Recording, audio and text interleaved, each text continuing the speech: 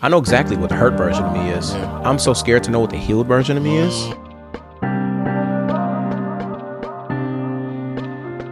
Mental health is a lie. So let's name the elephants in the room and make some room. So heal, and you will vibrate on the level of what you desire, not where you are. You've been through a lot, bro. Right? You've been through war, trauma, loss. If you are not healing, then you are helping, and you're helping it by hiding it, and you're hiding it by not naming it. The reason why friendships, relationships, business partnerships crash is because if you want the love, if you want the relationship, if you want the friendship, that's the price.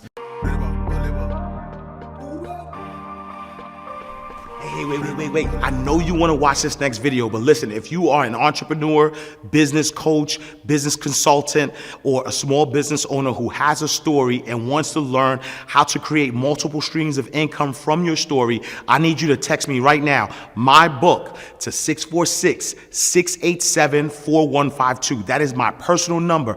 I have been an author for over 12 years. I've written 10 books. 4 of them have been bestsellers, and I've sold over 100,000 books. But I've also helped a lot of my clients take their expertise and put it into a story, then create multiple streams of income from that. So I want to help you do the same thing. So text my book to 646-687-4152. All right, let's go back to the video.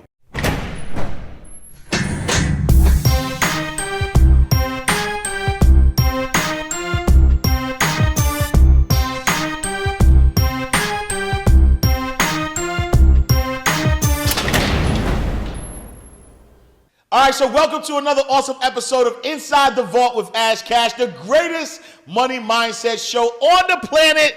Today's guest is a force of transformation, a Marine Corps veteran, certified psychotherapist, emotional intelligence coach, and one of the most powerful voices disrupting the conversation around healing. He's the creator of the Backpack of Burdens Experience, the founder of Wealthy Retreats, and the visionary behind a bold new movement that is shaking up everything you thought you knew about mental health. His message?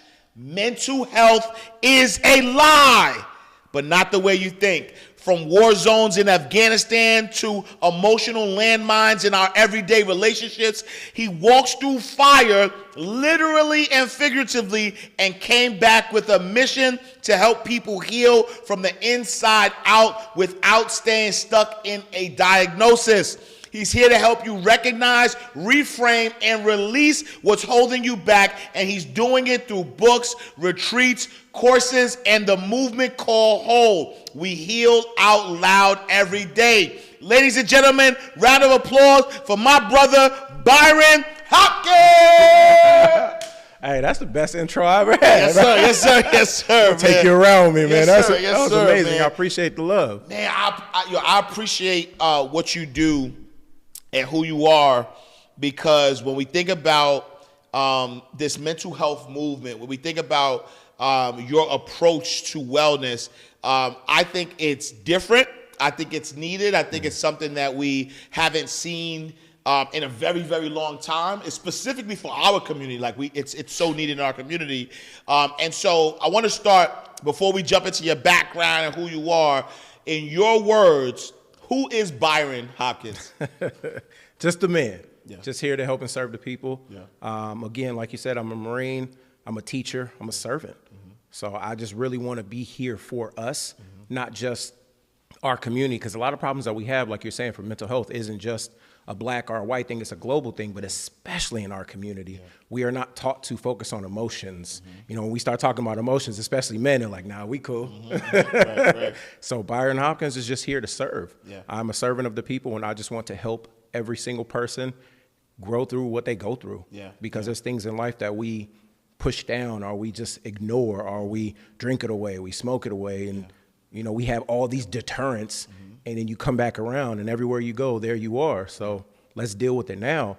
That way we have these men and women that are more whole and more healed moving forward. A more healed person heals their home. That home that's healed heals the community. The community that's healed heals the city. That city that's healed. It just keeps going on and on and on. Yeah. And it sounds super woo-woo, but you heal one person, you change one person's life, you don't know what that's going to affect. So that's what I'm here for. Yeah, man, I love that.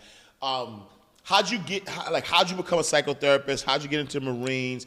Word in the streets. You grew up in, your parents are doctors. You grew up in a, great family structure. What's the story? That sound like Theo Huxtable. R.I.P. my man Malcolm. But no, it really came from a need. Yeah. This version of me, this is what I needed when I was younger. So this is the version, and this is also the version I needed as an adult as well too. So I grew up in L.A., half Colorado. That's why you don't hear too much of the L.A. You hear a little bit more of that Colorado than L.A. But growing up in the hood, I'm the only person in my family that's in the military, in the Marine Corps, like only cousins, everybody. Yeah. I'm the only person that graduated college. I'm the only person that talks and acts like me in my immediate family, in my entire family. So to be different, I used books. I jumped into knowledge early. I was the only kid. I snuck out in high school to go see Les Brown speak, and that changed my life. And I was like, whoa, this dude's moving the whole crowd. Yeah. He was like, who's the one I'm going to touch? I'm like, I'm the one, Les. Then I had to go back to school. But really growing up in L.A. and Colorado, I got to see two different dichotomies. I'm like, whoa, we're in the hood. We in Crenshaw. We in Compton. My whole family gangbanging, everybody. Like, you call them right now. I was like, what's good, homie? All of that. And I was like, oh, Byron, Square Bear over here. I was like, yeah. And it took me so long to embrace what I was and who I am. Yeah. I like comic books and anime and things like that. I was like, shout out to the Huxtables, because that's what made me see further than my circumstances. Yeah. And that's another reason why I teach the way I teach and the things that I teach on, is because when I go and I speak at high schools, I speak at colleges, and I see these young athletes and these young people, and it's just like they can only see what's in front of them or what's on Instagram. So when you're looking at these things, you can go, okay, well, that's it. I use comic books and TGI Friday to say, oh, I could be Uncle Phil. Okay. Oh, I can do that too. And then my favorite comic book was like X-Men, because they were different, and they just found their own academy. It was like, yo, you can do that too. All right, well, I'm on a journey to find these other X-Men. I'm on a journey to find, for a long time, I was chasing Uncle Phil and Bill Cosby, Heathcliff Huxtable, now Bill Cosby. Let's correct that. Yeah. But for so long, I'm on a journey to find Uncle Phil until I found out, like, I'm Uncle Phil. Oh, okay. I'm that person that can bring this knowledge and that comfort and that safety and that love. Yeah. And I was like, well, how else can I fix this? And just getting more knowledge coming out of the Marine Corps, which shout out to the Marine Corps, but they don't teach you emotion. Right. They will teach us that we are the best fighting force in America. You are the best killers in the world. Nobody can stop you. You're amazing. They give us 3 months of that. That's why our boot camp is the longest. So after the 3 months, it's like, okay, I'm training, I'm doing my thing. I know how to shoot. I know how to do all these things. I'm an expert rifleman. I've never shot a weapon in my life. Even growing up in LA, my family didn't let me. So it's just like, okay. Then when you get out, I was like, okay, there's gonna be 3 months of training before you get out. No, it's like 2 weeks of don't yell at civilians and don't cuss at them and try not to drink as much. See you later. Wow. So you were programmed to be a killer. Yeah. But not deprogrammed to be a civilian. Exactly. There's no transition program on how to be normal again, because you have all these things. And when you go to Afghanistan, I was 24. I had my 24th birthday in Afghanistan. Wow. And I was like, well, this is different. But you see certain things and you appreciate certain things. You can watch, a fellow Marine, his truck gets blown up. And you're like, all right, cool, I hope he's good. And that's just normal. Wow. But it's desensitized even back here in the States too, where we see so many things on social media and it's normal. Right. And your emotions aren't there and it's nothing else. All right, let's keep it moving. But for me to look at those things and come back, and we call this garrison here in America. This is garrison. So we lost more people coming back here in garrison than we did when we were in Afghanistan. Wow. So coming back here, it's self-inflicted gunshot wounds, it's DUIs, it's drinking, it's my wife cheated on me, it's all these things that you don't know what to do. Right. So especially for our military, looking at that and having that base of, this is the most extreme I've ever been. Yeah. This is the most extreme things I've ever seen. Yeah. How do we take it on the other end of it and say, let's calm these people down, let's calm myself down? Right. Because the Marine Corps did one thing, it showed me the highest version of me on every level, times 10 on every single level. Right. And then it's like, what's the drop off for that?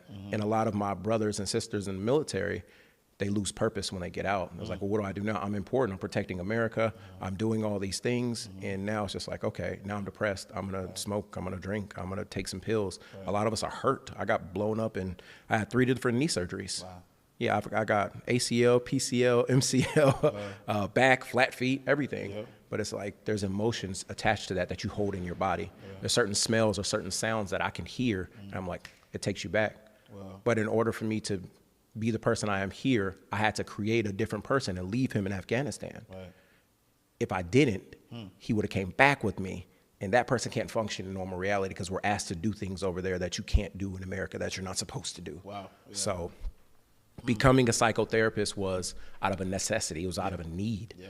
I wanted to understand more of myself, the people around me, how I grew up. You know, growing up in LA, I was like, my parents are doing this. I didn't see a great loving household unless it was on TV. And that's anybody in my family. And it's just normal. And I'm acting like, why is he doing that? Why am I making these decisions? And I just started asking myself more questions, and I just happened upon psychotherapy, and I was like, this is good. I like this. This isn't right. It isn't sitting on the couch like, yeah, let me talk to you about my feels. Like, nah, I like psychotherapy because I can give you actual tools. Yeah. I wouldn't want to prescribe anybody anything anyway because I can't prescribe you things, but I can give you actual tools and give you an opinion. Yep. But I can give you tools and say, hey, it sounds like this. Have you tried this? These are practical things that I can give you to say, hey, maybe this will help. I see this, maybe this will help. So it's more like this, like what we're doing, other than laying on a couch and somebody just spilling everything to you. Yeah. Because I can't necessarily help you that way. I can just listen. Right. I want to help. Right. That's powerful. You open your book with a really bold statement. Mental health is a lie. What do you mean by that? What it says, because that's what we've been taught. Now, before everyone attacks me, before everyone goes crazy, and it says that it's, there's different positions on mental health. Yeah. We have to think about it as, okay, so if you have anxiety, if you have depression, these are mental health issues, but you don't think these things. If you're depressed, I'm not thinking depression. Right. I feel depressed. Yeah. I'm not thinking anxious thoughts all the time. I'm feeling anxious. Now, those thoughts come along with it. But at the time, in the moment, you're feeling these things. I was depressed. I didn't know. I gained like 50 pounds after I got a ring. I was 280 pounds. I'm 6'5". That's a lot for my body. I'm just sitting there depressed, and I didn't even realize it until one day I figured out I wasn't happy. Nothing made me happy. Yeah. I'm just sitting here like watching TV, and there's nothing. It's just blank. I was like, oh, this is what depression felt. It felt like a heavy blanket every single day that I'm walking out of the house with. Wow. So looking at that and going, oh, I feel these things, not even knowing that that's what started me on the path where I'm going, this is misdiagnosed mental health, because especially for us, they go PTSD for military, and, black people in the hood got PTSD. Right, you know what I'm saying? Whether you're in New York, LA, there's certain things that you know and that you feel that you react to, and your body's reacting, your emotions, you're feeling these things. This isn't just a thought, like you're not thinking, it's just an automatic reaction. Like, why did you do this? I don't know, it's a reflex. That's an emotional reflex, because your body is remembering. Your body is keeping the score. Your body knows, hey, when I feel this is how we act. Oh, okay. Awesome. Because that's why I open books saying, yo, mental health is a lie. I'll prove it. Right. I promise you, I'll prove it. Right. Number one, 70% of your thoughts aren't thoughts, they're emotional thoughts all day long. So if 70% of your thoughts are emotional, then you have to think, well, what am I feeling? You're feeling old thoughts. You're feeling old feelings. You're feeling things that were passed down to you from your parents, from your upbringing, from all these things. So if 70% of my thoughts aren't mental, they're emotional, I'm thinking and feeling emotionally, maybe I should tap into these things and go, oh, so maybe it's not mental health. Maybe I need to feel different.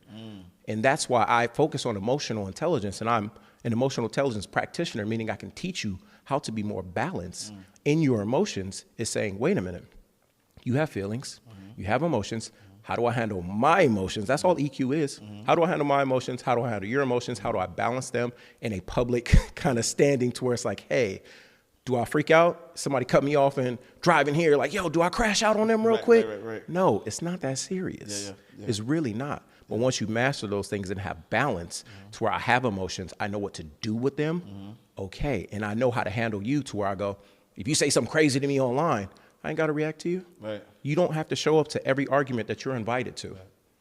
I'm not RSVP into this drama. I'll see you later. Yeah. That's really what it is. No, that's powerful. Talk a little bit. I mean, you talked earlier about like the transition, right, from the military to civilian life. you've been through a lot, bro. Right? You've been through war, trauma, loss. But you're still, despite that, right? You're still in the mode of service. You're still doing retreats, coaching, books.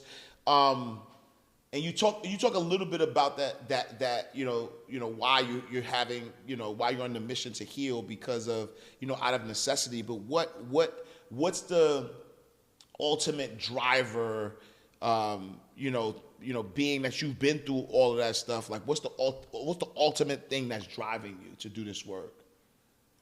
That's a great question. I think for me, my number one thing is I wanted to heal me first, and I got sick of bleeding on people who didn't cut me. And I felt like that's a lot of people. If I know for myself, if I can stop putting Band-Aids over gunshot wounds, I know what it did for me. What can I do for everyone else? How can I serve people? What is the greatest service I can give everyone? Because if I'm looking at myself and I'm going, like you said, I've gone through a lot.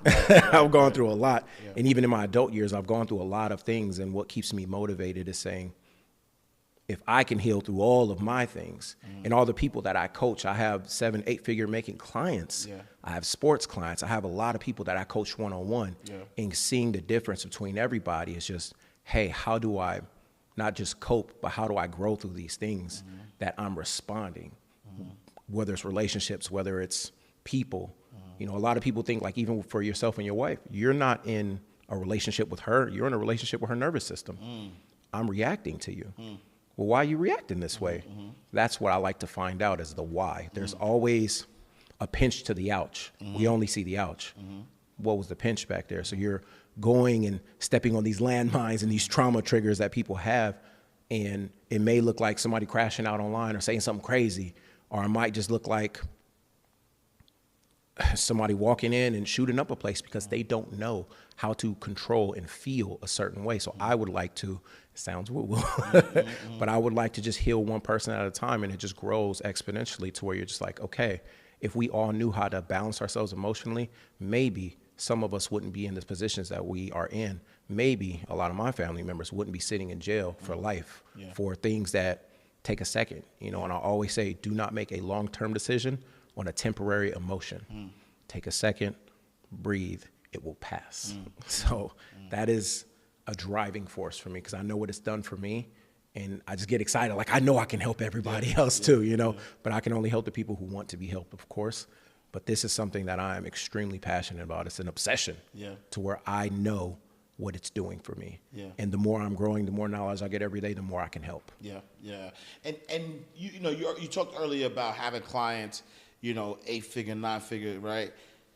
What is the biggest misconception that you would say that you've noticed, as a pattern when dealing with those high net worth and high income earning individuals? Yeah, I mean, one I can say, I know a lot of people say, it's money cures everything. It's not more money, more problems. It's more money, more managing, because there is survival remorse. There's survivor's remorse for, I got this money, I got to bring everybody in the hood with me, especially for us. And it was like, well, you got $1 million, you good, all your problems are solved. No. Right. So I have now an accountant, I've got a lawyer, I've got all these people to pay, and then I got to make sure people aren't robbing me. And then also, I haven't healed yet. So these people that I'm working with, it's not on major things. It's one person, how to celebrate. I don't know what to celebrate. I'm getting all this money, it's cool, I'm just going to pass by. It doesn't feel like anything because you haven't celebrated it. You haven't celebrated yourself. If you don't celebrate yourself, everything's going to be connected to money. There is a younger version of you that was poor, that was in the hood, that wanted the life that you live right now. You're not celebrating for grown up you right now. You are celebrating that child. You're celebrating that teenager that dreamed of being you. Oh man, I was dying to get to you, and you never stopped and said, hey, we made it. We did it. This is great. This is awesome. Wow. Celebrate yourself and give your body reasons to feel great, to celebrate, because you'll continue chasing these milestones. And then once you hit them, it's just empty. Don't chase the milestone. Chase the feeling. How do I feel with this? Stop. Does this make me happy? Why am I doing it then? I'm doing this because it makes me happy. So when I have I have athletes as well too, they've won championships and don't feel anything. because you've never gone back and say, why am I actually doing this? Yeah. Who am I doing this for? Because if you're doing it for your family, if you're doing it for your friends, if you're doing it for everybody other than you, then it's going to continue to be hollow. Yeah. It's going to continue to be nothing Yeah. until you go back and say, I remember shooting basketball in my backyard at 8 years old on a court that I drew on, and I was imagining these moments. Then go back and feel that. Yeah. You did it. Yeah. Tap yourself on the back, because everybody's in this grind culture Yeah. to where it's like, yeah, I'm going to keep going. I'm going to keep going. Look up the definition of grinding. That is wearing down on yourself. Don't grind. Right. You can hustle. Don't grind. Right. Right. And that's a huge part of the misconception of money cures everything. Right. It doesn't, because you're not healed yet. Right. All money's going to do is cover up things, and it's going to show exactly who you really are, or how healed you are, or how healed you are not. Yeah. Yeah. So money doesn't cure everything. I promise. Yeah, I love that, because a couple of things to unpack, because I felt like if I were to ever talk, I don't even have to go back as far as 60. If I spoke to my 20-year-old self, like that's what I would tell my 20-year-old self, to slow down and live in the moment, right? Part of the reason I would tell myself that is exactly what you said. I was so focused on destinations that I never celebrated. I never felt like once I got to one place, I kind of felt like I had to, because I proved I could be successful there. Yeah. I had to go to the next place. So I'm not even planted in the first place that I got. I'm already thinking about the next place that I go, and which is what made my journey empty, and it wasn't until I honestly, this is like recent, maybe like 5 years ago, maybe, where I started to finally realize that you're this guy. Yeah. You've done all these things. You've never really sat and enjoyed it, and again, head down, and I just was like going. And so I appreciate that, because I think a lot of people do believe that, more money, the more money you have, the faster you'll be able to cure yourself. Yeah. Where that's not even necessarily the truth, right? Can you talk a little bit though about like, why is it? Because so I have two thought processes, if you will, okay, around why I don't celebrate, right? Or why I just keep going harder and harder and harder. One, and maybe you could tell me which one you think it is. Part of my mind says that I don't celebrate because I have my goals are so big that if I sit and celebrate, I think I'm going to talk myself out of actually reaching to that next level, if you will, right? So that's part of me that believes that. Then there's another part of me that also, which might be trauma, right? Okay. So I'm sitting on your couch today. And I'll tell you the story. So I grew up like, low income, never really had anything. And I remember, I think I was like 15 or 16, I think. And I was working summer youth, in New York. And I had got paid. So it was the first time that I had money that I could do whatever I want with it. Let's go. Right? What did you buy? So I went to Reading, Pennsylvania, and bought a bunch of. I went to buy clothes because I made money before because I was packing bags and all that stuff. But it was like money to eat. It wasn't nothing. Yeah. It wasn't nothing, substantial. So I go to Reading, Pennsylvania. That's where they had the outlets and stuff, right? And I started buying a whole bunch of clothes. And I remember coming back home, and again, it's my first time like fresh. I threw on a pair, I want to say it was Averex jeans. It was like, okay. Yeah, it was like Averex was popping at the time. I had a pair of Averex jeans. I was fresh. And I was like, yo, yeah, the whole fit. Right? I go outside. I don't know why. It was somebody that I trusted, somebody that I thought, he actually was like a big brother to me. Okay. because, and I want to say big brother, but he protected me, let's just say, right? So anytime anything happened in the hood, you know what I'm saying, this is the person I would go get to go beat somebody up for me. Like we had, you know, because I was younger. Yeah. Go outside and I'm feeling fresh. I'm like happy, like I'm excited, and I'm like happy to like that I got these clothes. You put and it on, I'm bro. feeling Like, myself. And he was jealous. This person that I thought was supposed to be my protector, somebody that I looked up to, like I knew his family, like we were, you know, like he's older than me, so he wasn't my friend, but it was somebody that I looked up to, and he got so mad that he cut my jeans.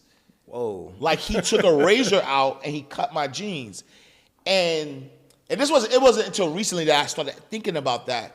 I was like, there's a pattern that I don't like to show my excitement. That even when I'm excited about reaching a goal, I keep it to myself. I don't outwardly like to show excitement for an achievement, because I think that there's a boy in me that's afraid that somebody's going to try to take that away.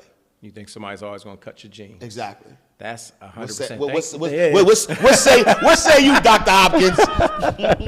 So again, thank you for sharing that. That's Yes, what a lot of us go through. I had something similar like that happen to me too.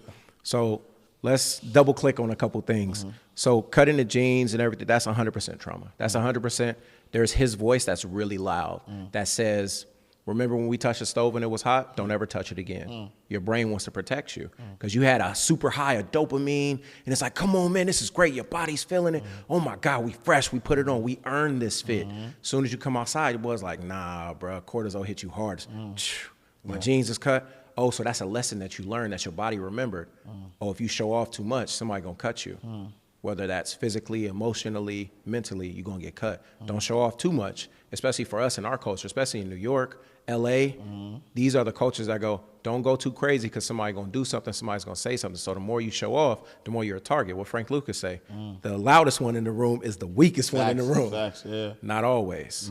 Not if you're saying the right things, not if you're loud and not boasting about yourself, but you're loudly helping someone, you're loudly thanking someone, you're loudly grateful. Don't just come in with a big fur coat on. Right, with the chinchilla. With the chinchilla. Yeah. You know, if it's alpaca, you got to pat it, but you know what I'm saying? Yeah. But really, that is 100% exactly that voice that's in your head that's saying, I can't show off. I can't do these things. So you have to go back and say, why? It's the easiest question. Why? Yeah. Well, because he's going to do that. That's one person. And that's another thing that I have to help people with as well, too, is, you know, that's a part of survivor's remorse. You're successful now. Some of your friends couldn't go. Everybody can't go. So even right there, you were climbing a mountain and you're like, come on, bro, you helped me. I'm helping you out. He didn't do the work to breathe at that high altitude. You've already climbed. You've been training to climb. You've been working. You've been grinding. You finally got the money. I can climb Mount Everest. He can't go past that hill. Everybody can't go with you. He was like, yo, man, this is my day one. But sometimes your day one are keeping you at day one. If your day ones are keeping you at day ones, it's okay to grow. It's okay to grow past your friend to where when that moment happened, he was like, wait a minute. I know Ash as this. I'm comfortable with him there. It's okay to grow past the level of comfort that people have for you. This is where I met Cash. I'm comfortable with him there. So when you feel that within your family, within your friends, within your circle, these are my day ones, but they're comfortable with you here. You make them uncomfortable up here. So it's okay to grow past that discomfort that they have. That's on you. That has nothing to do with me. So celebrate. It's okay. I promise you it's okay, because the more you celebrate and say, I got big goals. But yeah, why'd you set all these goals? So if you set all these goals, you set them for a reason. Once you hit them, celebrate them. Okay, on to the next one. But take a second, because your body's just gonna go, there's no difference between getting to the goal or planning the goal. There's so much stress, there's so many things. You have to earn your dopamine. When we jump onto our phone right away in the morning, boom, we're hitting flooded with so many things. But if you take a second and go, okay, what do I want today? What's gonna happen today? Not tomorrow, today. What's going to happen today? I have to plan for these things. And if I celebrate the things that I plan for, I get more reasons to celebrate, to where your body gets hit and infused with so much dopamine. Like, this feels great. It's the happy gene. Oh my God, it's the happy drug. Oh my God, it's dopamine. It's fantastic.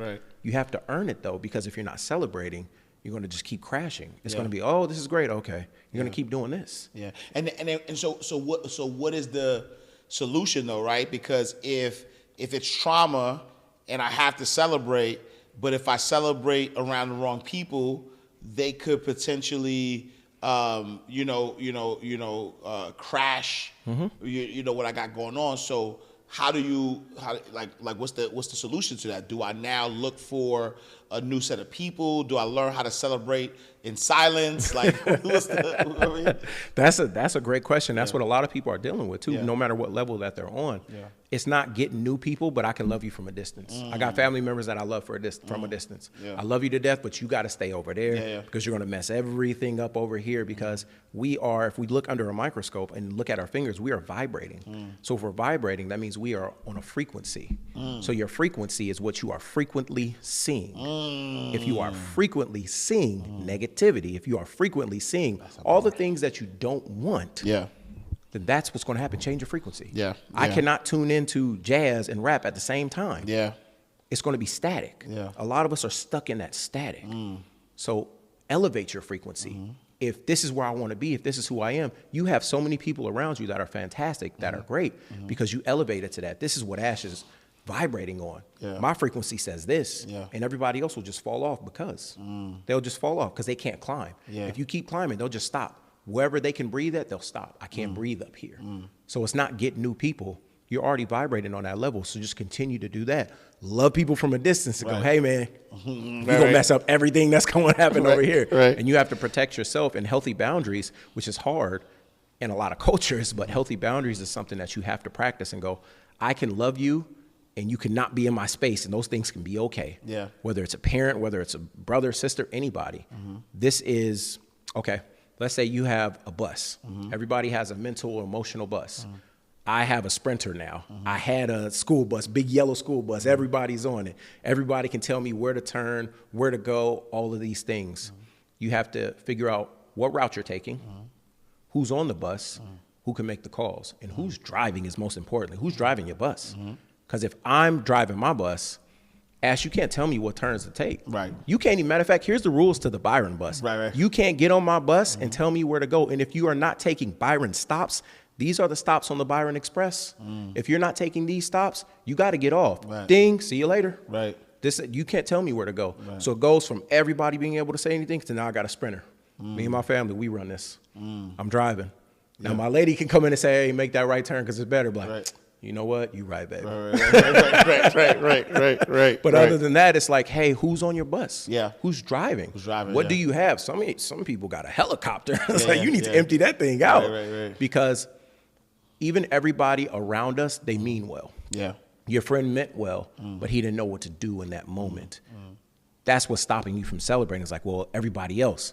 It's not about everybody else. It's about Ash. Yeah. I set these goals. I need to celebrate myself, my family, all the things that I've done, and then move forward going, okay, now what's next after I've celebrated? It's not getting new friends. It's vibrate on the level that you need to be on, and people will follow, or they'll fall off, and that's up to them. Fall off. Yeah. Everybody can't go. Yeah. Talk to me a little bit about the backpack of burdens. What is it? And why do you claim it to be so powerful? You said this is, behind the scenes, you said it's one of the most powerful tools. You why, what is it and why is that? So I created it because it created me. Yes, sir. So we walk through life with these things right here. So let me pass this to you really quick. My hand's shaky. There we go. How heavy is that? It's heavy. Like this is This is a couple of pounds. So I wear this when I go speak. I go speak at schools. I go speak high school, middle school, colleges, sports teams, everybody. And I wear this backpack. I was like, why is he wearing a backpack, bro? You're 40. I said, okay. And then they realized after I passed it to them how heavy it is. So this is what we're carrying around in life. So we have this backpack that we can't see. Of burdens. That's why it's the backpack of burdens, because people have been able to put things inside of your backpack without you knowing. And it gets heavier and heavier. You're carrying your parents' thoughts, your religious thoughts, anything around the neighborhood. This is what I'm supposed to do. This is all the trauma things that get thrown into there. So inside of this bag are trauma triggers. So I'm gonna let you grab one in a minute. And the bag already knows. The bag always knows. Yeah. I promise you, the bag always knows. Yeah. So I'm gonna look away. I'm gonna look away. Just reach it. No. It's been shaken up. It's heavy. I'm gonna look this way. Whatever you grab, that's what it is. The bag knows. Okay, what you got? It's my anxiety. Anxiety. So, exactly. You just took that out the bag, but exactly, you just thought something about it right now, right? Yeah. So, sure. Is there any way in your life that is connected to you? Yeah, honestly, and it's funny because as I think about it, like I'm literally having these thoughts though currently, and I know why I'm having anxiety because or anxious thoughts, and it's almost like the duck. Right? People might be looking at me and I look calm, right? But underneath, I'm moving. And the reason why it's anxiety is because I'm in a space where I'm doing something that I've done before. Mm-hmm. But I want the results, but I don't want to do what it took to get there. But I almost feel like that's the only way. It is. And so I'm in a space where I'm feeling anxious because I know that the result that I desire is like, I have to have this result. But again, the way to get there, I just don't want to, because it almost feels like I have to give up a part of me that is enjoying life, to be 100% honest with Comfort. You know, it's a part of me that enjoys life. So I want to enjoy life and have the result, but my experience is telling me that's not possible. And so I'm anxious because I feel like I got to make a choice. And I you know, like my jacket right now, in the back of it says abundance is your birthright. That's right. And because I believe abundance is your birthright, I have a saying that and is better than or. And so I don't want to choose. I want to have both. I want to have the life that I have, but also the result that I desire. And there's I think it's the Bible that says a house divided. Yeah. You know what I'm saying? So I feel like my house is divided right now. So I'm anxious. I'm anxious. You know what I'm saying? I'm anxious. Yeah. Okay, so let me do you a favor. Let me take that from you. Yes, sir. You can keep feel that. a little lighter. Yeah, feel a little lighter for sure. So you can take this anxiety that you have and go, and I love the fact that you said and instead of or, because I teach on that as well. Yeah. And is a powerful thing because we think that we have to make a choice. You already made a choice. You're going to do it. Yeah. Or you wouldn't feel anxious. If you weren't going to do it, you wouldn't feel anxious about it. Yeah. You know what you want to do. Yeah. You know what you have to do. Yeah. So enjoy the process in the meantime going, well, I got to give up comfort. No, because you're not celebrating. That's why. So if you're celebrating the small steps that it takes, you don't have to wait until I got the car, I got the house. That's the celebration. No. I said I was going to do something. Step one is if I'm getting dressed in the morning, step one, wake up. I'm going to celebrate that. Okay, I woke up. Yeah. I was granted the life to wake up in the morning. Okay, this is a gift. Awesome. Step by step, you're enjoying it. Okay. Now I know what I have to get to. I know where I have to go. So instead of being anxious about it, I'm going to enjoy this process because I'm going to feel like that person. So I'm going to do something with you. Yeah. So as you are moving and becoming the person that hits that goal, what does he look like? What is he doing? Yeah. So take a moment and go visit him. Now it sounds crazy, but I go visit my future self all the time. And if I'm feeling distracted or if I'm feeling like I'm off track, go visit him. Oh, he didn't do none of that. He got a nice life. He got the result. The result that you're chasing is inside of you. Go visit him. If it's 6 months down the road, 1 year down the road, you're going and sitting with him. What is he doing? Yeah. And this is, I do neuro-linguistics programming as well, which is a nice way of saying goal setting and meditation. So as far as you going and visiting him, what does the house smell like? What does it feel like? Add these feelings to it, add textures to it. So as I'm going and I'm visiting, I'm going, okay, this is Ash. Where is he sitting? He's in the house. He's in the car. What does it feel like? What does it smell like? What is my wife wearing? Who's around me? All of those things. Take in the environment. There's no anxiety there if you see it and feel it. The thing is, when people go, oh, you know, I'm going to write this vision board, I'm going to do this, there's no emotion attached to it. You have to attach the missing emotion to it. How does it feel when you get there? Not the I am great. How do you feel that this is now a reality right now? That man good. That man good. I ain't gonna lie. You know why? You know why? And this not even cap. I'm not performing for the camera. Is like, even as you were saying that to me, I started to I was doing that. I was envisioning, and my future self was actually telling me, like, so first,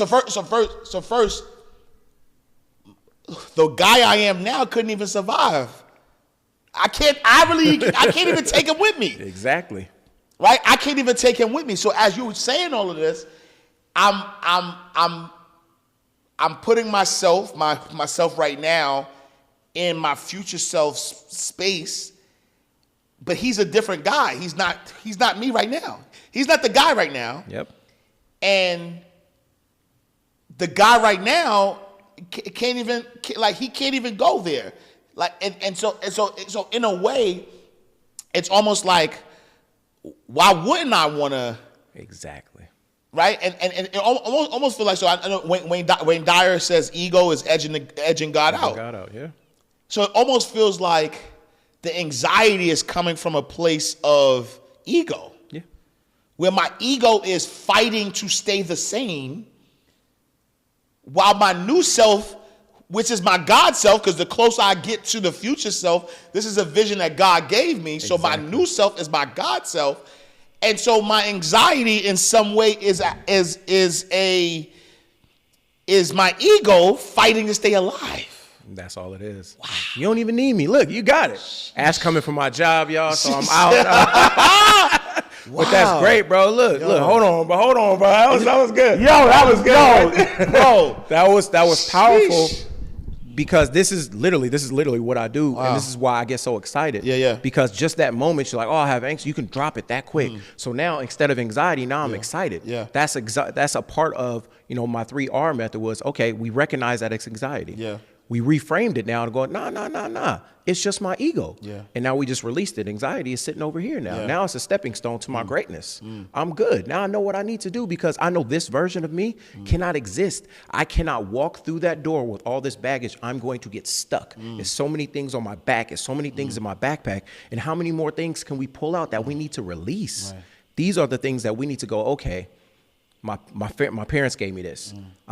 I feel angry. I feel sad. I feel lonely. Yeah. These are things that were given to you. And the best part about gifts is you don't have to receive them. You don't have to take them. So if we are all in playing a game, if we know track, if we're all running a marathon, shout out to Nip, if we all running a marathon and you're getting handed the stick, you can drop it. Yeah. Because your parents gave you that trauma stick. It's like, okay, cool, we running. All right, who's the anchor?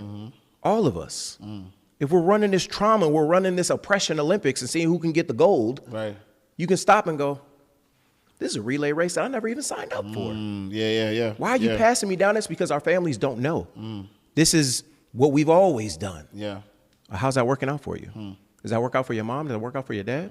Are they exactly where you would like to be? Yeah. Or would you like to go higher? Yeah. There's a thing in just the world, not even our culture, in the world, we're just like one rung up. Your bar solo is like, well, my dad was here, so I'm going to go here. Right. Why are you just climbing one rung? Right. You can go higher. Yeah. One rung up is not where you should be. Yeah. So, okay, I'm just going to step here. That's the ground. Look up. We're so busy looking and seeing what our parents did, what our family did, all these other things, all these traumas that we were given because our pack is too heavy. It's too heavy. Yeah. And you're dragging on the ground and you're like, oh, I'm not going to ask for help. Why? Because I'm a man. Because I got this. I'm killing this. I got it from the mud. Why? I don't want to get it from the mud. My daughter is not getting it from the mud, and I'm happy. Yeah. Her biggest flex that I want for my 14-year-old daughter is, my daddy don't even talk to me like that. I'm gone. I'm good. I don't have to depend on anybody for anything. Yeah. She's not getting it from the mud. Her backpack, for the most part, is her and I emptying it one at a time. because I'm not going to pass that down to her. Yeah. I'm not giving her all the things, and we're not running this trauma marathon to where I'm handing her the stick. Like, go run with all my problems. If we stop and go, wait a minute, we all flying out on this? Right. Trauma travels. Right. Trauma travels, and it packs your bags for you. Yeah. It sits you in first class. Yeah. It gets you comfort. It's like, yo, this dysfunction, no, that's what we always do. They're disguising dysfunction as comfort. And you're traveling with this trauma thinking, oh, this is great. I'm sitting in first class. I'm comfortable. Right. So when we're comfortable, like we were talking about earlier, we get stuck. Yeah. When we're comfortable, anxiety comes, depression comes. Like, nah, man, we can't do this. Who said that? Whose voice is that? Right. In the eye of the storm, whose voice are you listening to? Because somebody else put something in your bag. If I reach in the bag right now, I don't even know what's coming here. Lonely. This is one of the number one things in America and everywhere that everybody feels. And this is heavy. This one's big. Yeah. So my daughter wrote this one. Yeah. A lot of us feel this. Yeah. In order to not feel that, we need community. Yeah. So I can take this and go, man, I'm so lonely. Are you telling anybody? Are you talking to anybody? Yeah. It's like, yo, I'm just out here. It's just me and my family. You know, my family not even looking out for me. I'm just out here because they don't know. Well, they've let me down. The church has let me down. My friends have let me down. That's your frequency, because that's what you're frequently seeing. If you're constantly in the shade room, if you're constantly all these negative things, it's no surprise that that's what you see in your life. Right. It's the red car effect. Right. If I'm looking for a red car going down the road and I haven't looked before, what am I going to see? Red car. Every single time. You're looking for this. Go and heal, do the real work, and stop posting and tagging and trolling people online. Right. Go do the real work. Right. That's why I was like, I don't respond. If somebody says something negative, I'm looking at people like, why y'all going back and forth online? What does this do for you? Yeah. It's light outside. Get out the shade room. Yeah. Relax. It's light outside. Get out the shade room. I'm just saying, you know, you can take this and go, I can be lonely, or I can know exactly where this comes from. Yeah. I can know that I was a kid and I was made fun of for being a nerd, for being all, this is mine. That's what the bag always knows, for being a nerd. I got bullied and thrown in the shower to do push-ups because they found out I had comic books in my backpack. Wow. I was like, what you doing over here, homie? What's this? Right. And I had the wrong color on at the wrong time. Yeah. I was like, where are you from? Down the street? What are we talking about, guys? And it's like, nah. You're going to run all of that. Oh, and they opened my backpack. I just had comic books. I was like, man, get out of here. We ain't going to do nothing with that. Yeah. But I learned a valuable lesson. It's like, oh, I couldn't be that person. Just like when you got cut. Right. That was me getting cut. Oh, I can't be this person. Right. I didn't embrace being the nerd or being, which nerds are cool. Get you a nerd. Get you a nerd. Right. Exactly. I didn't embrace that person until I realized that person is me, and that is what shaped who I am. I'm unique. I like anime and comic books to this day. My lady's cool with it. She'll sit and watch WWE with me, and she was like, that ain't real. I'm like, you can't say that. Right. But finding the people in the community that are for you, your loneliness is gone. But you have to be yourself. Because if I'm getting caught being Ash, then all my blessings that are supposed to be delivered, I'm not at my address. I'm not going to get delivered none of these blessings because I'm over here trying to be you. Yeah. Make sure you're found being who you are. Or you're going to be lost. Right. You know, it's actually a funny story I just told my daughter too. The giraffe and the turtle. So, and this is about friendship and things like that. So the giraffe and the turtle, let's say the giraffe is tall, of course, and they're both in the jungle. So you got the giraffe and the turtle both in the jungle, and there's a river in front of them. And then the turtle's like, yo, we got to go all the way around because there's crocodiles in there. I think I saw some crazy animals. It's dangerous on this river. The giraffe comes down. He goes, okay, cool. We're going to go around. How long is it going to take? Probably about 3 days. I'm hungry. I got some work to do. We got some stuff over there. Might be some giraffe ladies over there I might want to see. The giraffe picks his head up and he looks. He can see a little bit further than the turtle, of course. So the giraffe is looking and he goes, nah, I think we're good. I don't see anything in the water past right there. We got a couple spots. We're good. He comes back down, all the way down, talks to his friend, the turtle. Hey, man, I think we're good. If we just cross around this left side, we'll hit a corner. I promise we're good to go. The turtle loves the giraffe. They've been best friends since birth. Don't ask me how. Turtle says, nah, man, promise. I got you. You're my boy. I got your back. Let's go around. It's going to take 3 days. And giraffe's thinking, well, let me go back up because technically, if you think about a giraffe, if they keep their heads down too long, they die. They suffocate. Their necks are bent. They need to breathe.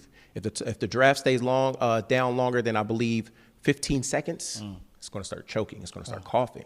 So you got to come right back up. Oh, man, nah, you know what? I trust you. I love you, turtle man, but I'm gonna go this way. Now the turtle's his best friend. He means well. He's all about him. Like, yo, man, I love it. I got you. Well, I'm gonna go this way and you can go that way. There are so many turtles in our life that we're listening to when we are giraffes and we know the way. There are too many turtles in your life that care, that love you. I mean well. They don't have your vision. They can't see what you can see. You are a giraffe. Stretch your neck out because you're going to die down there. Come up. That's good. Everybody can't go. That's good. That's good. Whoo! All right, so right, that, yo. My bad. Yo, heavy.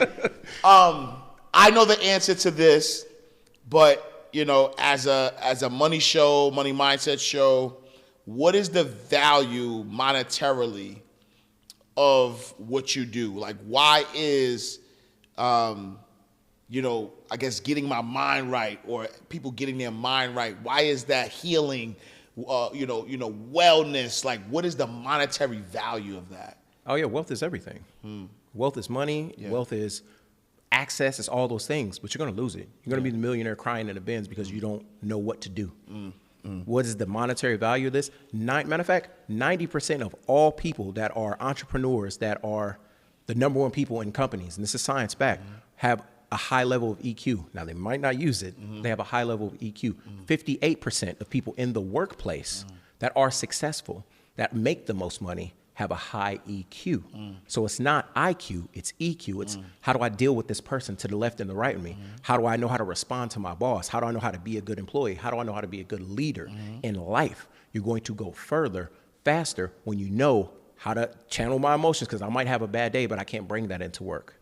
This person's having a bad day and it's my boss, so I can't crash out on them. I'm just going to sit here. Being emotionally balanced, understanding why you're doing something, because everybody in America, 45% of people are in a job that they hate. Not that they dislike, that they hate. Hate. Right.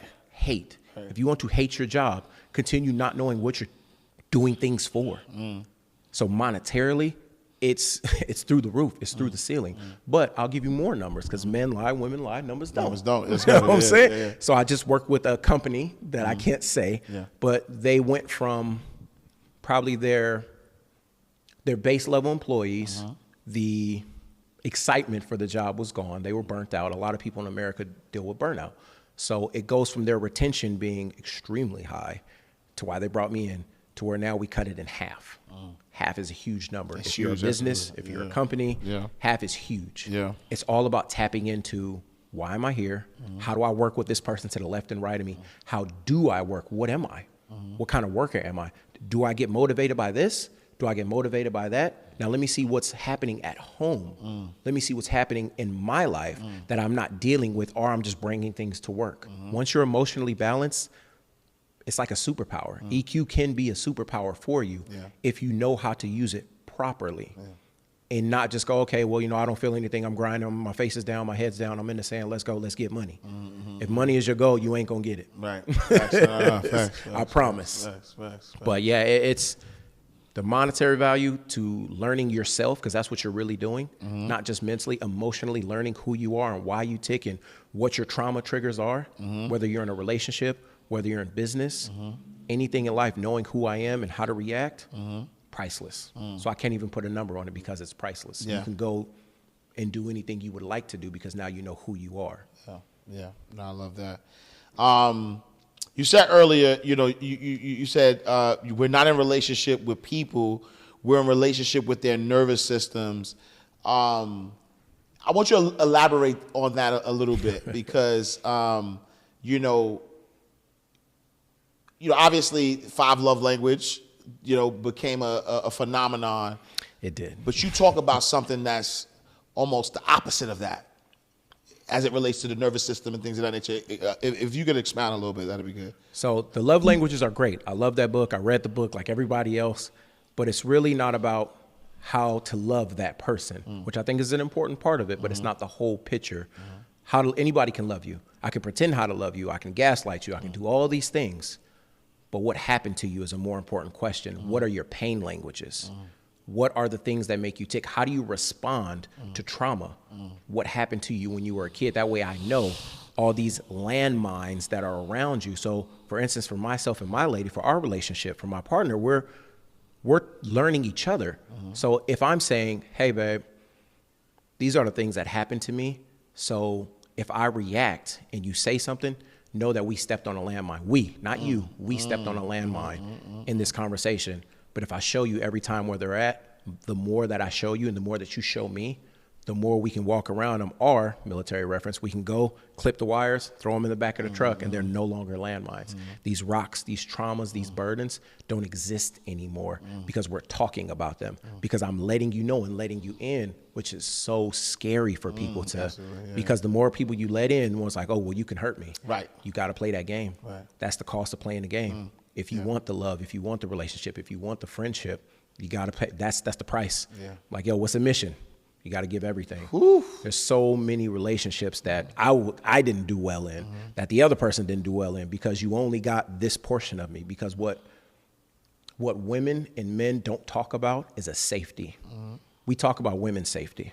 We don't talk about men's safety. That's facts. I have to feel safe enough to give you everything. Not financially, because anybody can do that. Emotionally, I have to feel safe to go, you know what, this is person that, what Alicia Keys say, your secrets, tell your secrets to. This is the person that I give my secrets to. This is the person I give myself to. My partner now, she knows everything about me. Forward, backward, good, bad, ugly. She knows the entire landfill. If you're not doing that, not just in a relationship to where you're married or anything like that, friendships, which is also scary for people, but that's the admission of the game. If this is what you want. So it's not necessarily, oh, what are the 5 love languages? What are your pain languages? But sometimes what you say can and will be used against you. So be careful. But that's what discernment. Yeah. You just don't go tell, you're going to talk to somebody on the street, hey, man, you want to know what happened to me when I was 12 years old? Let me tell you. Have discernment to know who to give that to. And that comes with, I know me, I know myself, because we're going to keep jumping in relationships and people and friendships and all these things. You're not even healed. All you guys are just trauma bonding. And after you trauma bond, then what? It's like, oh yeah, this sucks for you. This sucks for me too. Let's all suck. Right. Let's all embrace it. This is amazing. No, it's not. Why don't you go heal and you'll stop attracting those things? And you know that's so good. And I want y'all who listening to point this out. And by the way, most of the stuff is in this book. Yes, mental health is a lie, right? Because look, I'm so much on the couch getting free, a free session that I forgot to mention that. But it's so good what you just said, because again, and you're good at what you do, because as you're talking, you're allowing me to visualize some things. And that's what I just did just now. As you were talking, I was visualizing that and the importance of healing first before you trust. Why? Because, and this happens to me all the time, which is, again, we got to talk about your retreat. I need to go to retreat because I need to get healed. Hey, it's coming up in Tulum. Right, because it's obvious that I'm not fully healed. You know why? Because as I'm thinking about it, I'm thinking about recent connections that I've made. But even though they're connections that I made that were deep connections, they were connections from an unhealed self.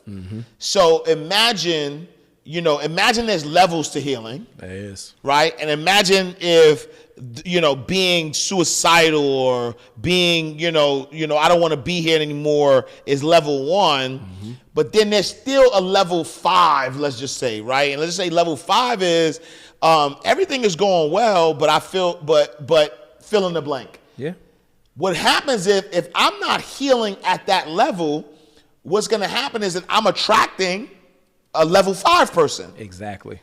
But what you just made me realize is that as I attract the level 5 person, who the truth is could be in and out of my life, when I become a level 8 person, y'all don't vibe. I don't vibe no more. And then now, right? And this is when what you say and do can be used against you in the court of friendship, in the court of relationship. Level 5, you said this. Right. So she's holding you, or he's holding you to level 5. But I'm already up on high. 8. You down on the bottom of the hill. I'm already up top. I'm and it's already no fault home. of theirs, because you guys both met at this trauma trigger. You met at this point where you're like, oh, yeah. Oh, if that happened to you, that happened to me too. Right. Wow, let's talk about it. No. Are you healed from that?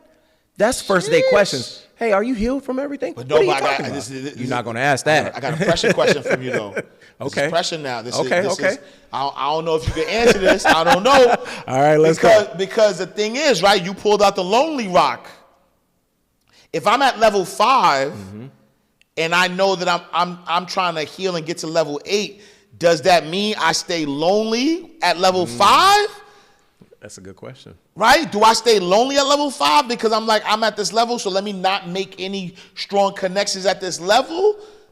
Or do I, like, what do I do, coach? What do I do, coach? I don't want to be lonely, coach.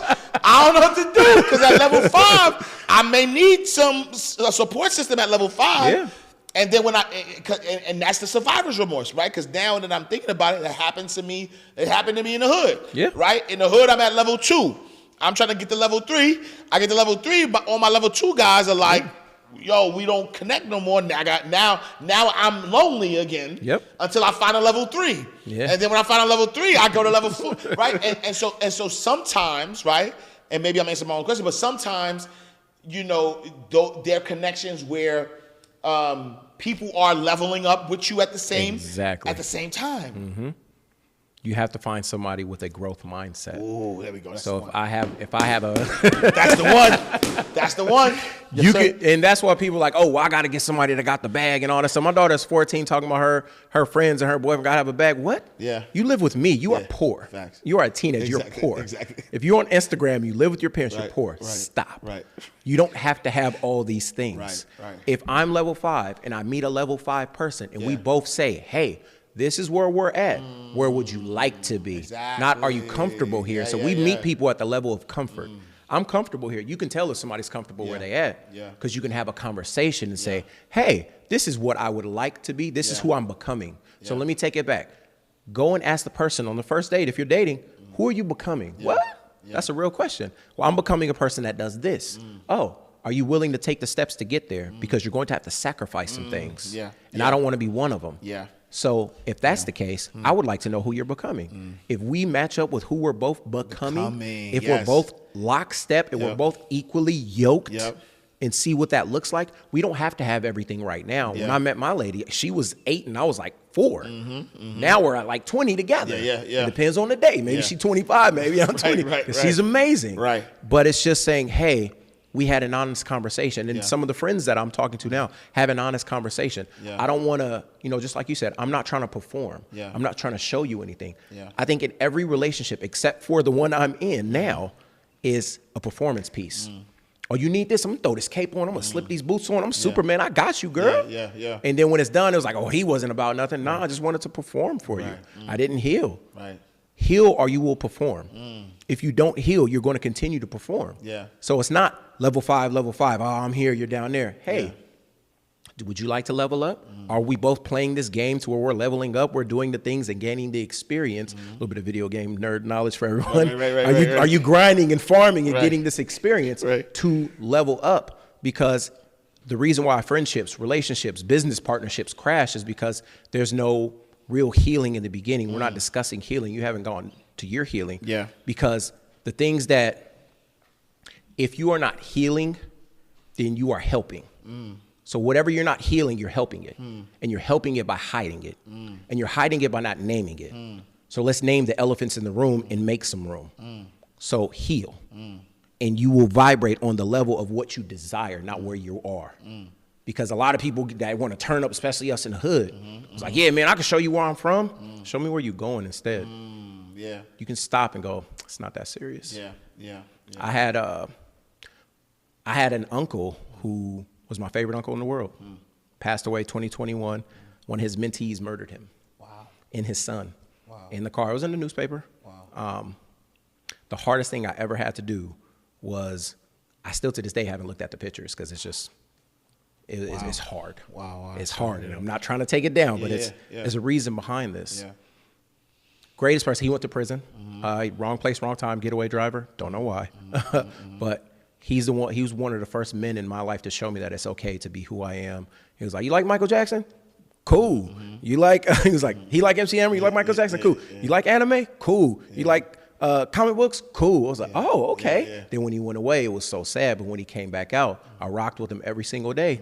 In Colorado, fast forward, I get a phone call, and I've never heard my mom cry like this. This is my mom's brother.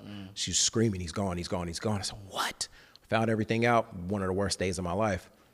He went to court for this little boy who murdered my uncle and his son together, just to rob him for some money. That if he would have just asked, he would have got it. Wow. 3 years. So the boy was about 15. He was 18 when they finally had the final court date. My mom was like, you going to come to court? No. You don't come to court? No. You don't come to court? No. Because I'm going to crash out. Right. Even the emotional intelligence guy, I will crash out too, because that's my favorite person, and you stole him. Right. You stole him from me.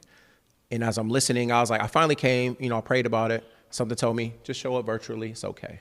I showed up, and I'm listening, and the judge said something that hit my spirit. He was like, yeah, it took about 3 seconds for you to steal these people's life. I'm like, so I said something. I said, hey, man, pick your head up. Because he's in court. You can see him. He's not looking at the picture or anything. I said, I forgive you.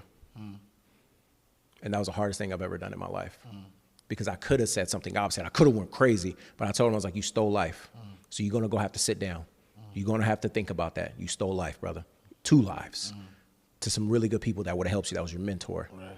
And I started thinking, I forgave him. I told him I would help him if he needs it, because he was a young boy. He didn't know what to do. He just wanted some money. He wanted some things. And a lot of people are victim of their circumstances, but you're also a victim of your environment and your vibration. If he doesn't see anything further than that, then that's how you're going to react. And I started thinking, I said, dang, he got three seconds. And then the judge finally gave him 30 years. I said, whoa, wow. 3 seconds for 30 years. Sheesh. Like, think about that. 3 seconds for 30 years. Yeah. If EQ isn't important, then I don't know what is. 3 seconds for 30 years. Your life is gone. Yeah. And there's how many people have those stories? Not to those extremes, not to those things like that. But if you take a second and go, man, I don't have to show you where I'm from. I can show you the person I'm becoming. Yeah. I can show you who I would like to be. I can show you a level 8. I can show you a level 10 because that's the person I'm becoming. How do I get to this person? How do I not have anxiety? How do I not be lonely about it? The thing I hate the most is fake it till you make it. Because it's not fake who I'm becoming. Right. Be it until you see it. Walk in it. G-O-D. If I'm God on display, he created me. The creator created me in his image to create. So why wouldn't I create? So I'm creating the version of me that I want. And I go visit him every single day. I don't look up. There's people that I admire. I don't look up to them. I look up to future me. Because I know he's killing it. That's who I want to be. So I'm going to move like him. I'm going to walk like him. I'm going to talk like him until I become him. Because if you do that every single day, that's who you are. Whatever goal that you have set that the anxiety was trying to, because we already defeated it, that the anxiety was trying to speak on, doesn't exist anymore because you're now walking in that version of Ash. This version didn't fit through that door. Now you can go straight through it. You can slide through any way you want because now you became that person because you're not hiding it. That's why if you're not healing it, you're helping it. So whatever you're not healing, you are helping. Stop helping it. Stop hiding it. Grow through it, heal through it, and that way you can vibrate, and your frequency will get you the person, the job, everything you want. Because Burger King or whatever you think is the lowest part of you, that's where you're vibrating. Vibrate higher, and that's what you'll get. Man. Sheesh. Sheesh. Heavy work, heavy work. So, Lou, man, talk to us about this retreat, man. Talk to us about this retreat. I do a thing called wealthy retreats because you want to be well as you're being wealthy, as we've been talking the entire time. I did a couple local retreats, 2-3 day getaways, but I wanted to do an international. This is my first international one. I rented out a private space in Tulum. It's a private resort. It's phenomenal. So it's called Wealthy Retreats Phoenix. Every single one I do a different element. So this one's fire. I've got private chefs, private rooms, VIP, everything. The food is healthy. It's real food. It's real food. It's good. I've got vegan stuff. I've got all kind of things ready for everyone. We're going to be learning, healing, helping. We're going to be doing some ceremonies for release. We're going to be doing some fire ceremonies where I'm not going to make everybody walk on fire or do anything like that. I'm not going to give you everything, but what it is going to do is it's a circle of people, a tribe of people that are coming together with one common goal, which is to be their highest, most healed self. So you have to kill that person, not just your ego, and rise from those ashes like a phoenix. So that's why I'm naming it Phoenix. We're burning down the things that we thought. We're burning down the things that are telling us this is who we are. We're burning down the thoughts from somebody else. We're burning down the trauma. We're burning down all of these things And we're rising from those ashes to be the phoenix that we're supposed to be our highest, most healed self. And with that, I've got some great things planned. We're not just going to sit there and do some woo-woo and chant all day. No, man, I've got some ATVs set up for us. I've got some private cenotes and some island stuff that we're going to do. Great food, great people, healing ceremony. We've got some a Mayan cacao ceremony that I've done that is life-changing. It's amazing. It's phenomenal. The private rooms are phenomenal. It's just a healing retreat out of the country and getting back into nature, but it's like super private. So it's beautiful. Yeah. It's a high-end nature retreat that helps you heal the right way. And I'm guiding you through certain things and guiding you through some meditations and guiding you through. We're going to be learning. I'm going to give you books. We got a lot of gifts that I'm going to give everybody that I feel everybody needs. They're going to get gifted the book as well.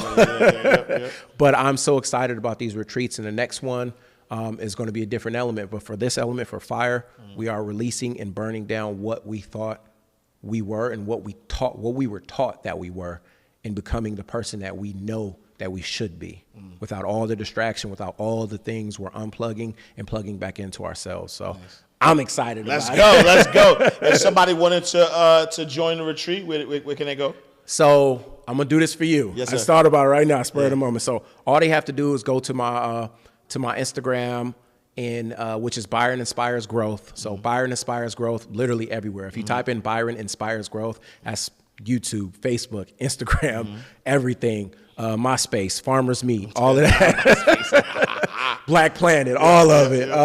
So in all honesty, just go to Byron Inspires Growth. And I will give them a 15% discount just for you right now.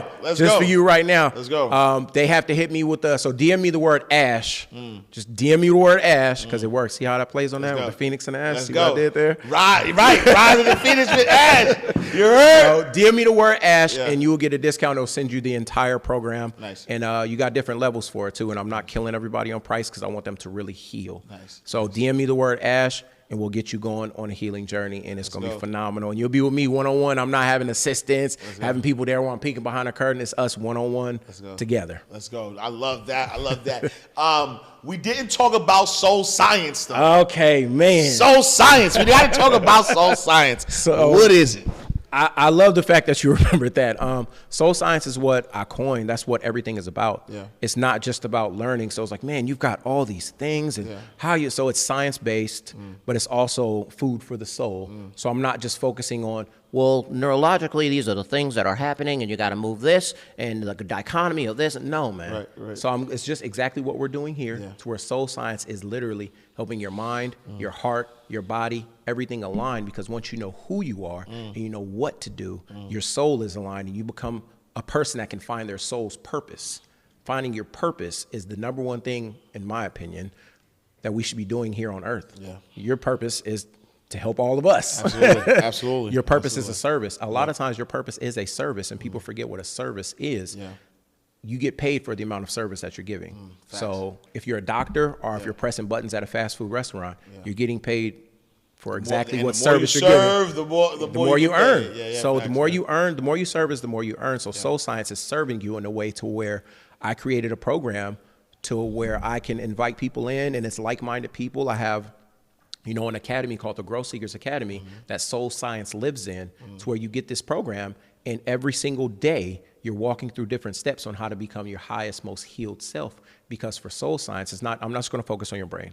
I'm not just going to focus on your heart. I'm not just going to focus on you physically. I'm going to give you the entire program to where you go, oh, I know exactly who I am. Balance. Soul science is a balance of the person. If you want to go and be your most healed, most highest self, that is what I created, and that's what I'm using, because we know exactly what the hurt person looks like. I know exactly what the hurt version of me is. I'm so scared to know what the healed version of me is. And that's where people stay. That's deep. What does the healed version of you look like? How do they talk? How do they walk? What do they do? That is soul science. Let's see the most healed version of you and put them out into the world. And I guarantee you'll be proud of them. I love it. Let's go, yo. Byron Hopkins in the building. Last question, though. Is there anything that I did not ask you that you would wanted me to ask so you can leave some gems with our audience? No, I think you asked me everything except for what my favorite food. And That's it. No, but the gems that I would like to leave with everyone is just, number one, just be yourself. Yeah. Be yourself and seek healing. Yeah. Grow through what you go through. Yeah. Because a lot of people want to attack the book or attack me when you hear the title. Don't. Yeah. Take a second and think of what I'm saying. Yeah. I'm not saying mental health is terrible. I'm not saying that, it doesn't exist. Mental health is a lie, because that's what we were taught the only thing to focus on. And a lot of people say, well, mental health system is broken. It's not broken. The mental health system is not broken. It's just misplaced. Yeah. So it's like, okay, wait, it's misdiagnosed. Mental health system isn't broken, it's misdiagnosed. Yeah. To where we need to add in the emotional intelligence part of it as well. Yeah. So instead of focusing just on mental health, how do I have these emotions? Because we weren't taught how to navigate emotions. And that's what I'm here for. Yeah. One person, one story, one emotion, Yeah. one healing at a time. Yeah. This is for us to grow through what we go through. With that being said, it's okay to feel. It's okay to grow. It's okay to have your feelings and not just run around crying and screaming all day. I have my feelings. I know what to do with them. I am in control. Yeah. I want to help people get balance and control Yeah. of themselves. Yeah. Because the more you control yourself, less crash outs, less things that we're sitting there world starring and all these things like that. Focus on yourself. Yeah. Yeah. The more fingers you know more about everybody else's business than your own. What's your credit score? Yeah, You can tell me all kind of celebrity stuff. You can't even tell me if you have a business plan. Facts. Yeah. You can't tell me what your goals are. Yeah. Yeah. Stop trolling and start growing. Love it. Love it. Listen, y'all, I need y'all to tap in. Byron Hopkins. Listen, so I'm going to do something special as well for just you insiders. Okay. Mental health is a lie. Listen, I'm going to put a link in the description. I am giving, I'm gonna buy 100 copies myself. Okay, let's go. Right? Hold on. And I'm gonna give away 100 copies free. All you have to do is pay for shipping and handling. So I'm gonna give you the book, right? I'm gonna pay for it. I'm gonna give you the book, but you have to pay for shipping and handling. Hit the link below, right? And it's only the first 100. You'll get a copy of Byron's book, Mental Health is a Lie. And then you're gonna get all the gems plus more, because we just had a session here. Like if y'all didn't get what just happened here, I'm talking about this. This is like Tony Robbins level, type of information that you just got here. So make sure y'all tap in. Again, where can the people find you? So Byron Inspires Growth on everything. You type that in from our website for everything. Byron Inspires Growth. If you don't know how to spell inspires, it's okay. Byron Inspires Growth. I promise you will be okay. We are here together. We are healing as a unit, as a tribe, as a world, as a country. We're here. And I'm going to do something special. If Ash is buying 100 books, I'm going to sign them. Let's go. I'm going to sign them. I'm going to do something even more special for like the first 10 people, but I'll let that be a surprise. Let's go. Let's go. All right, y'all. Look, action takers and money makers, hit the link in the description. We are closing out the vault. Another awesome episode of Inside the Vault with Ash Cash, the greatest money mindset show on the planet. Let's go. Make sure you follow us on all social media platforms at Inside the Vault. Go visit our website, InsideTheVaultShow.com. Me, I am Ash Cash. Make sure you visit me, IamAshCash.com. Follow me on all social media platforms at I am Ash Cash. I will see you next time. Same time. Oh, no, matter of fact, don't forget, join the Abundance Community, theabundancecommunity.com. We'll see you next time, same place, in God's will. Let's go. Peace.